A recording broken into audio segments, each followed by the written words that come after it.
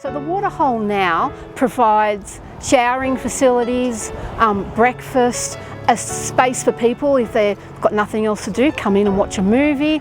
Some of the artists paint inside, have internet access so they can look up different resources that they need to access, or just for entertainment. We're really grateful for our friends at the Salvation Army.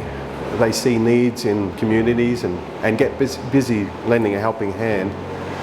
Their service here and throughout the world is inspiring.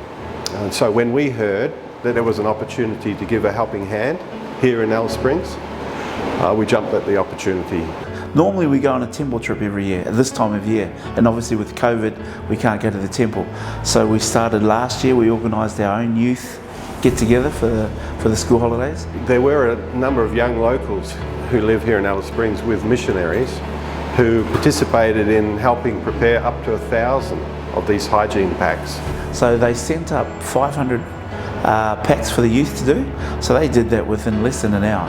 And there were at least 25 youth and plus another half a dozen leaders. It's one of those things where I just believe that God has it, because when we all combine our resources we can do so much. And so when they sent up the next lot, another 500 I think it was, the youth could have done it easy, but we wanted, the members of the branch were saying, we want to help, because they knew it was going towards the Salvation Army here. And so we opened it up for the branch on Wednesday, and we had about at least 35 people there, including the youth who were leading them, showing the adults how to put the packs together.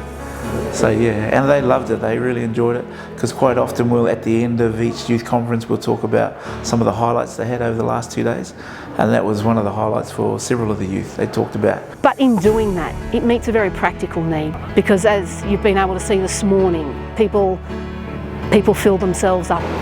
We hope that the families and other guests here who come to the Waterhole and visit this wonderful place feel God's love and also our love. I think it's wonderful, and I believe it's a blessing.